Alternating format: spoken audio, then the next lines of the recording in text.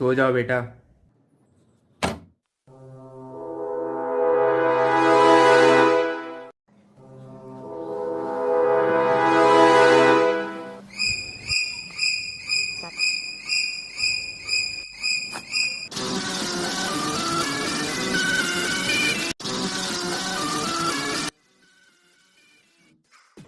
ये क्या हो रहा था?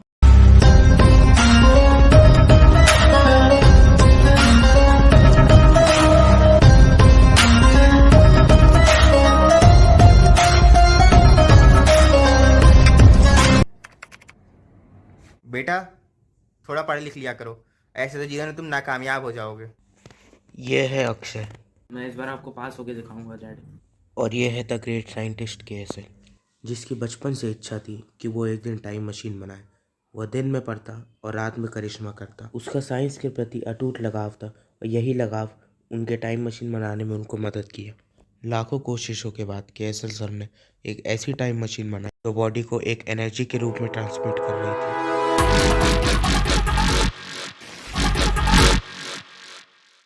Let's put the show on. A1 test 1।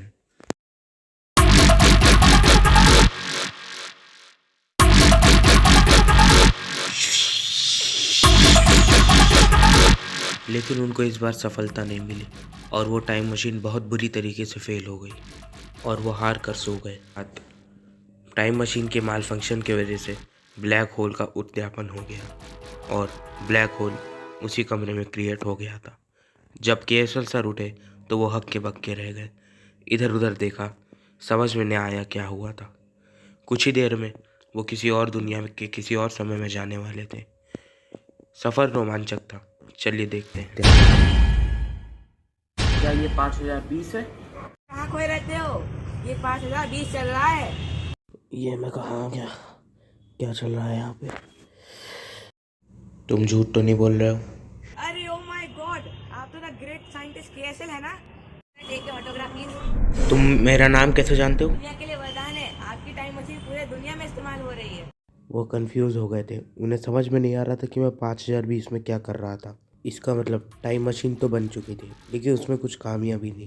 पहली कि बॉडी के कुछ पार्ट्स एनर्जी में बदल रहे थे और दूसरी कि दूसरे टर्मिनल साइड की प्लेस तय नहीं थी, यानी कि आदमी जाता कहीं और निकलता कहीं और था। वह 2020 में आ गए और उन्हें बड़ी मेहनत करके एक ऐसी टाइम मशीन बनाई जो कि फुली फंक्शनल थी और उसकी हर चीज़ अच्छे से काम करती थी। चलिए देखते हैं कैसी थी वो टाइम मशीन।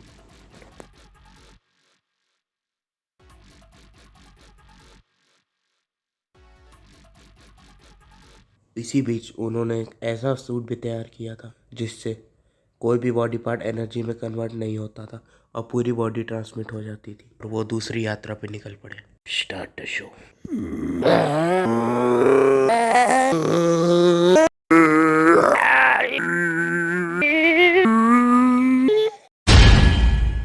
साल था 1980, जहाँ पे लोगों की कदर होती थी।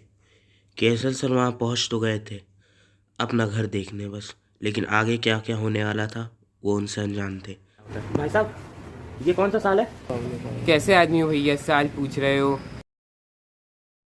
1980 चल रहा है। भाई साहब आपकी तबीयत तो ठीक है ना? खाली बैठे उन्होंने सोचा कि अपने घर की तरफ निकल लिया जाए। उनका घर अभी पूरी तरीके से बना नहीं था। वो चुपके से अपने घर में घुस गए। मेरे पापा जवानी में कैसे लगते थे। तभी उनने ऐसा कुछ देखा जिनसे उनके होश उड़ गए।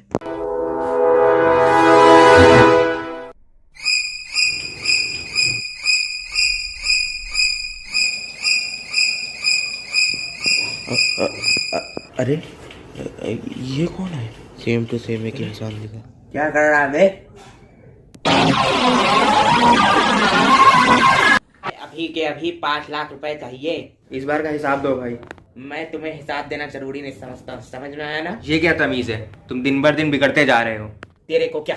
मुझे तुम्हें समाज में अपना भाई कहते हुए शर्म आती है। एक नया चेहरा देख वो असमंजस में चला गया था। उसे समझ में नहीं आ रहा था कि आगे क्या करे। वही सेम शक्ल उसके दिमाग में घूम रही। घबराहट के कारण 2020 में फिर से आ जाता है और अपने पापा से पूछता है, पापा, क्या आपको कोई भाई भी था? हाँ नहीं। तुमको कैसे पता चला? इस सवाल का जवाब जानने वो फिर से 1980 में आता है। बार में साथ दो मुझे, मेरे पास नहीं तो मैं तुम्हें तुम्हारा शेयर नहीं दे पाऊंगा, मेरी कंपनी लॉस में जा रही है। क्या बोला क्या बोला क्या बोला?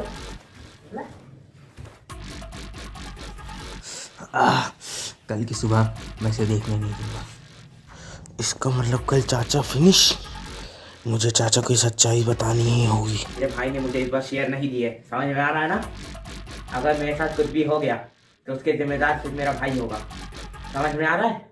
तुम बच्चे के निकल के यहाँ से दूर निकल जाना। Now here comes the second twist. Scientist को पता चलता है कि उसका चाचा ही उसका बाप था। भाइयों में कहा सुनी हो जाती है और एक भाई दूसरे भाई को मारने पे आतुर हो जाता है। यहाँ से मैं, वो कहते हैं ना, गरीबी में आटा गीला, तो साइंटिस्ट भी वहीं पहुँच जाता है गलती से। वहाँ पहुँच जाता है जहाँ दोनों लड़ रहे होते हैं। अब ऐसा इत्तेफाक तो कभी दुश्मन कभी ना हो। अक्षय पे खून सवार था, वो विक्रम को मारना चाहता था। साइंटिस्ट का पापा उसके भाई को चकमा तो दे देता है, लेकिन आगे जो होता है वो देखने लायक होता है। तो साइंटिस्ट का चाचा अपने ही भतीजे से मिलता है, जो कि वो उसको अपना भाई समझ लेता है। बड़ा ही बेकार इत्तेफाक है। खून के इस खेल में अब भतीजा भी था। लड़ाई तो चल रही थी, लेकिन किरदार थोड़े बदल गए थे। पहले भाई भाई में हो रही थी, अब चाचा भतीजे।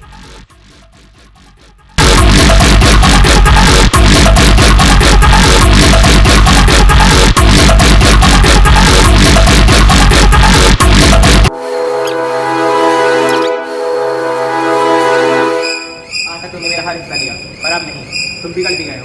आज मैं अपने हाथ खून से रंगूंगा। मैं तुम्हारा भाई नहीं हूँ, मुझे यहाँ से जाने दो। विनाशकारी विपरीत बुद्धि, वो रंग नहीं मानते हैं।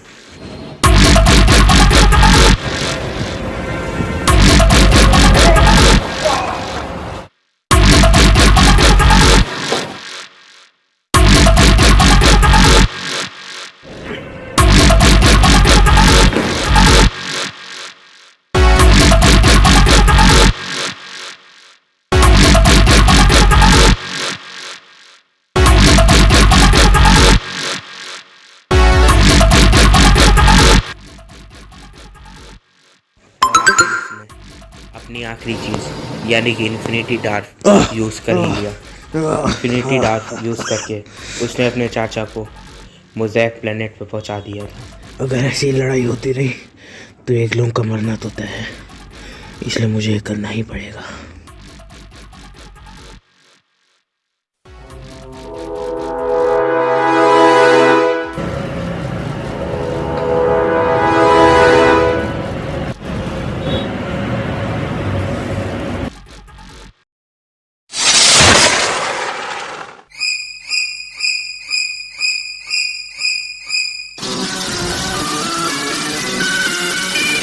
लेकिन उससे एक गलती हो जाती है।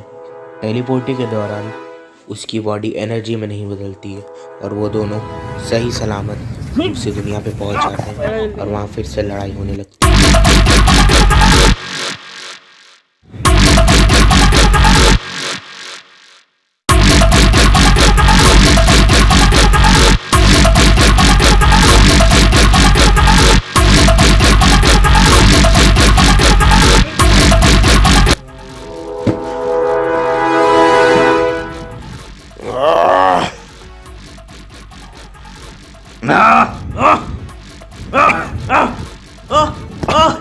को लगा कि उसने अपने भाई को मार दिया है, लेकिन असल में ऐसा कुछ नहीं हुआ था, क्योंकि मोज़ेक प्लैनेट में एक ऐसी खासियत थी कि वहाँ पे कोई मर नहीं सकता था।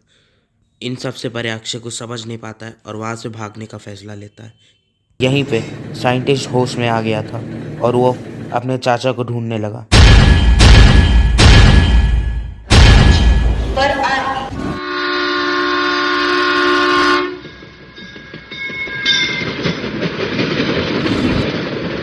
उसने हर प्लेटफॉर्म, हर ट्रेन, हर डिब्बे में देखा, हर इंसान से पूछा, दर दर भटका, इधर उधर भागा, लेकिन उसे वो नहीं मिले। वो मायूस हो गया और तभी उसने देखा कि उसके चाचा एक ट्रेन में बैठ के जा रहे हैं। वो उसका पीछा करना ही चाहता था, लेकिन जब तक वो वहाँ पहुँचा, अक्षय वहाँ से निकल चुका था।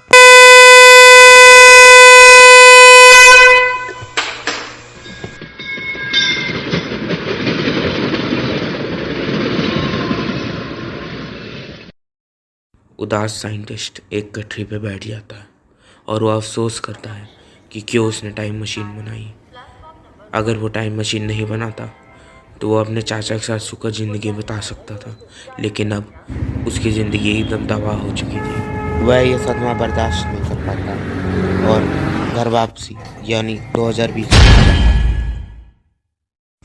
उसका सब खो चुका था, लेकिन अब वो चाहता था कि वो सब सही कर ले। इसलिए वो प्रण लेता है कि वो 1990 में जाके अपने चाचा को अपने पापा से ज़रूर मिलाएगा और वो 1990 की ओर निकल पड़ता है।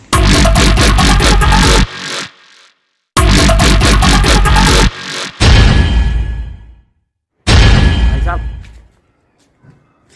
ये कौन सा साल चल रहा है? कहाँ खोए हो भाई? ये 1990 चल रहा है। भाई साहब, इस मोहल्ले में अक्षय भाटिया रहते थे, मेरे को उनके यहाँ जाना है।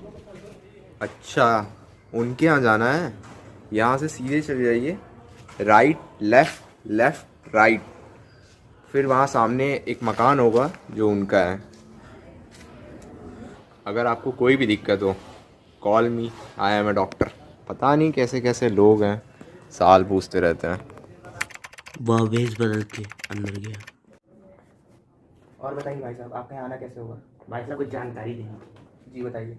आप पहले देवगढ़ में रहते थे?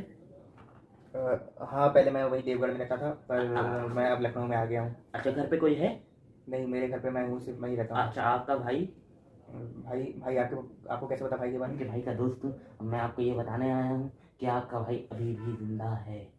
क्या क्या बकवास कर रहे हैं आप? वो कैसे जिंदा हो आपका सकता है? भाई अभी भी जिंदा है। जी। आपको गलत फहमी हुई थी कि आपने उसको 10 साल पहले मार दिया था। मेरा भाई जिंदा है और मुझे इतने सालों से मैं उससे अलग रह रहा हूँ। ये आपके भाई का एड्रेस है और इसकी फोटो भी वहीं पे है। आप उससे मिल लीजिए जाके। हाँ, मैं ज़रूर मिलूँगा। अच्छा, आप ठीक है। नमस्कार। नमस्कार। आखिरकार सब कुशल मंगल हो ही जाता है और वो दोबारा फिर से 2020 में आ 1 वीक लेटर। देख रहा है भाई जी, ये कुछ पढ़ता लिखता नहीं है, पता नहीं आगे जाके जीवन में क्या करेगा। 2020 में मेरे को आगे ये तो समझ में आ गया कि पढ़ाई लिखाई से कुछ नहीं होने वाला है। अपना ही सेल्फ बनाना है, तो आपको मेरे को काम करने देना है या नहीं कंप्यूटर? अरे कोई बात नहीं भैया जी, ये एक दिन बहुत बड़ा आदमी बनेगा। आपका देखने के लिए धन्यवाद चाचा जी। तो आप लोग सुनिए, रिश्ते हमेशा बचा के रखने चाहिए।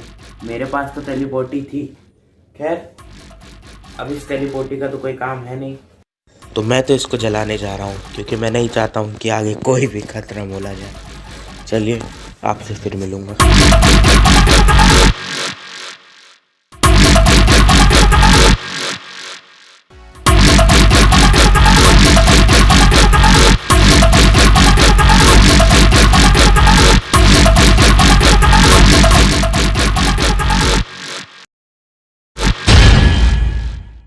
चलो मैं अपना बचपन देख आता हूँ।